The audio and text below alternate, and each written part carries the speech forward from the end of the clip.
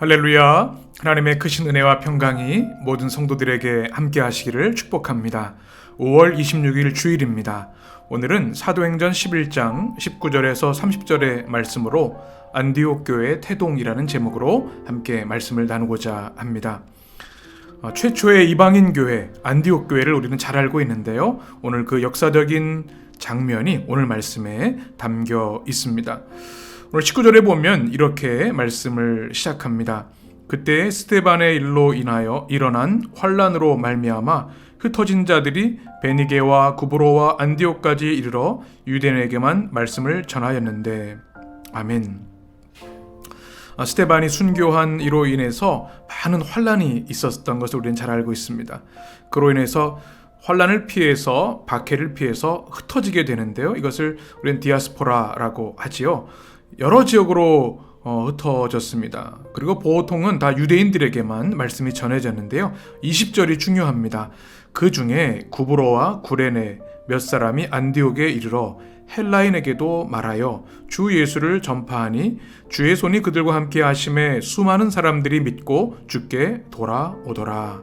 아멘. 참으로 놀라운 역사적인 사건입니다.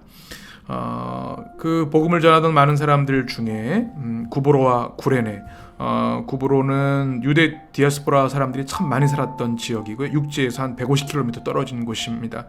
또 우리가 구레네는 구레네 시몬 아시죠? 북아프리카 지역으로 생각하시면 되겠습니다. 근데 그 몇 사람이 안디옥에 이르게 됩니다. 안디옥은 그 당시 로마에서 세 번째로 큰 도시였습니다. 인구가 30만 정도 되는데요. 그 중에 한 10% 정도가 유대인이었습니다. 다민족 도시였죠. 그곳에 이르러서 헬라인에게도 말하여 이렇게 되어 있습니다. 헬라인, 그렇죠? 그리스 사람들이죠. 그들에게 주 예수를 전파하게 됩니다. 놀라운 복음의 역사이죠.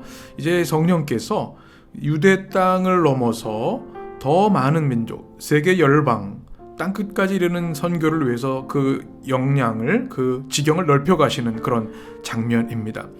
그래서 오늘 말씀 21절에 보면 주의 손이 그들과 함께 하심에 이방인들에게도 복음을 전하는 그 현장에 함께 하셔서 많은 사람들이 믿고 주님께 돌아오게 된 것이죠. 이것은 아주 큰 지각변동과 같은 사건입니다.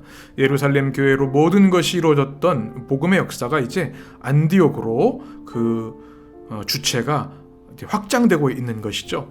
팔레스타인에서 지중해로 이동하고 있는 겁니다. 이 복음의 역사 참 그 무엇도 막을 수 없음을 우리가 깨닫게 됩니다. 사람이 또는 박해가 환란이 있어도 복음은 불이 번지듯 온 세계를 향해 확장되는 것, 이 성령의 역사고 말씀의 역사, 복음의 역사인 줄 믿습니다. 그때 22절에 보면 예루살렘 교회가 이 소식을 듣습니다. 예루살렘 교회가 22절입니다. 이 사람들의 소문을 듣고 바나바를 안디옥까지 보내니 아멘. 이제 안디옥에 이방인들이 주 예수의 복음을 듣고 주께 돌아온 역사들이 일어난 것이죠. 이제 교회가 세워지게 될 준비 전초 기지가 마련된 겁니다. 그래서 바나바를 파송을 합니다. 바나바가 어떤 사람인가? 23절에 보면 그가 이르러 하나님의 은혜를 보고 기뻐하여 모든 사람에게 굳건한 마음으로 주와 함께 머물러 있더라 고나니. 그리고 이렇게 말합니다. 24절 바나바는 착한 사람이요 성령과 믿음이 충만한 사람이라. 바나바를 설명하는 이 말씀이 얼마나 은혜가 되는지요. 하나님의 사람으로 그리스도의 제자로 착한 사람이다. 깨끗하고 순전한 사람이다. 그리고 그것으로 그쳐서는 안 되겠죠. 그에게 무엇이 충만한가? 성령과 믿음이 충만하다. 이것이 하나님의 사람들의 모습, 또 하나님의 일꾼, 하나님의 일을 감당하는 이들의 모습이어야 할 줄 믿습니다. 그랬더니 그를 통해서 많은 무리가 주님께 돌아오는 역사가 있었습니다. 우리가 25절에 보면 사울이 등장합니다. 바나바가 사울을 찾아갑니다.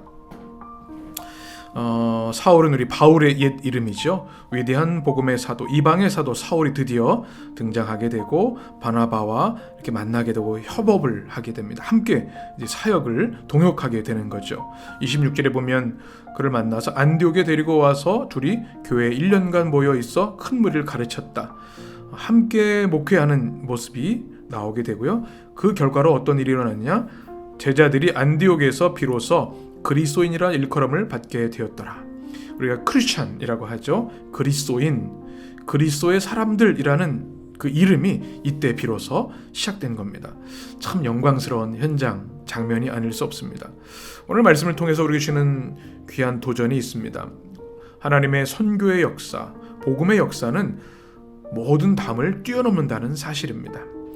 아무리 환경이 역사가 막으려 해도 막을 수가 없는 것이죠. 성령의 강력한 역사가 담을 넘어서, 경계를 넘어서 이제 세계를 향해 나가는 모습을 통해서 우리는 큰 감동을 받습니다. 이거 사도행전의 큰 비전이지요.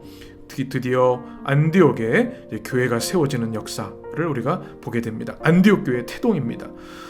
헬라인들, 이방인들, 유대인들이 그토록 경계하고 저주하고 사람 취급하지 않았던 이방인들에게도 이제는 주님의 십자가와 부활의 복음이 증거되게 되고, 예루살렘 교회뿐만 아니라 이제는 안디옥 교회가 태동이 되어서 그 복음의 역사가 더 폭발적으로 일어나게 되는 역사를 보게 됩니다.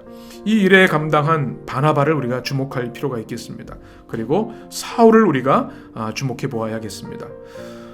주를 위해 섬길 때 자신을 주장하고 자신의 우위를 주장하지 않고 함께 한 마음으로 주님의 교회를 섬긴다고 하는 것이 얼마나 귀한 일인가. 이것이 안디옥 교회의 부흥의 원천이라 생각이 됩니다.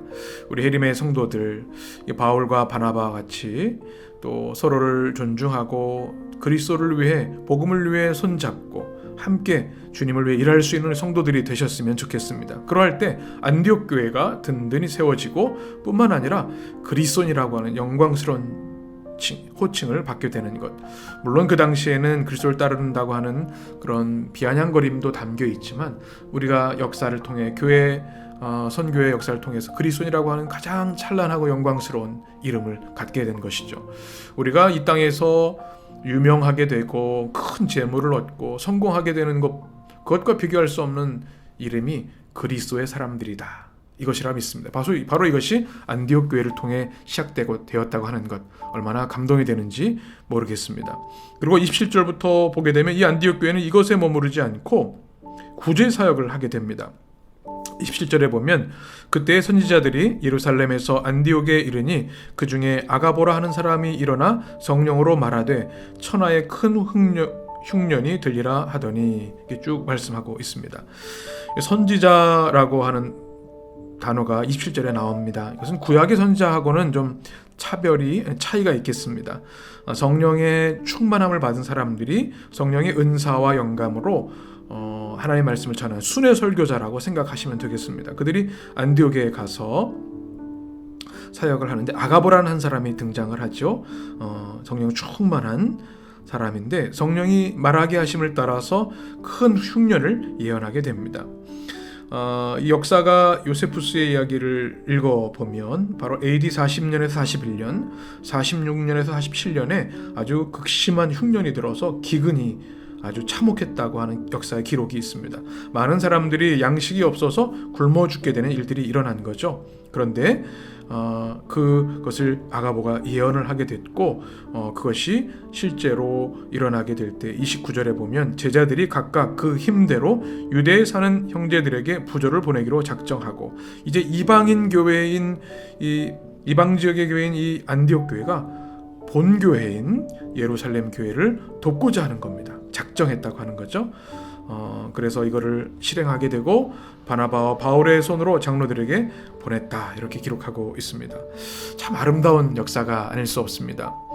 교회와 교회는 결코 경쟁의 대상이 아니죠. 교회는 서로를 섬기고 격려하고 함께 하나님 나라를 확장하는 역사를 이루어야 하는 것입니다. 그래서 우리 교회는 교회를 돕는 교회, 교회를 세우는 교회를 지향해야 함이 마땅합니다. 오늘 이 안디옥 교회의 놀라운 성장을 보면서 도전을 받습니다. 우리 또한 주님의 교회로 부름받았습니다. 우리 주 예수 그리스도의 십자가와 부활의 복음으로 세워진 우리 해림교회가 오늘 안디옥 교회처럼 어떤 인종이나 지역이나 그 모든 경계를 넘어서 주의 복음을 전하는, 세계 열방의 복음을 전하는 교회가 되었으면 좋겠습니다. 또한 바나바와 같은 착하고 성령 충만한 믿음이 충만한 일꾼들이 많이 세워져서 하나님의 나라를 확장하고 또 주님의 교회를 든든히 세웠으면 좋겠습니다. 또 사울과 동역하는 모습을 우리가 보았고요. 또 흉년에 든 어려움을 당한 예루살렘 교회를 돕는, 서로를 세워주는 이 아름다운 안디옥 교회와 예루살렘 교회의 우정을 보게 되었습니다. 우리 해림의 모든 성도들 주님의 복음을 위해 아름답게 쓰임받는 그런 성도들이 되셨으면 좋겠습니다. 우리 해림교회도 안디옥 교회처럼 성령이 충만하고 믿음이 충만한 성도들로 가득 채워져서 주의 복음을 세계 열방에 전할 뿐만 아니라 교회를 세우는, 교회를 섬기는 아름다운 복음의 역사, 어려움 당한 이들을 돕는 그런 귀한 역사가 있게 되기를 간절히 소원합니다. 오늘 거룩한 주님의 날 우리 성도들의 삶의 모든 근심 걱정 주님께서 다 씻어주시고 하나님이 주실 수 있는, 하나님만이 주실 수 있는 하늘의 영광과 기쁨과 평안과 승리가 우리 모든 성도들에게 충만히 임하시기를 주님의 이름으로 간절히 축원합니다.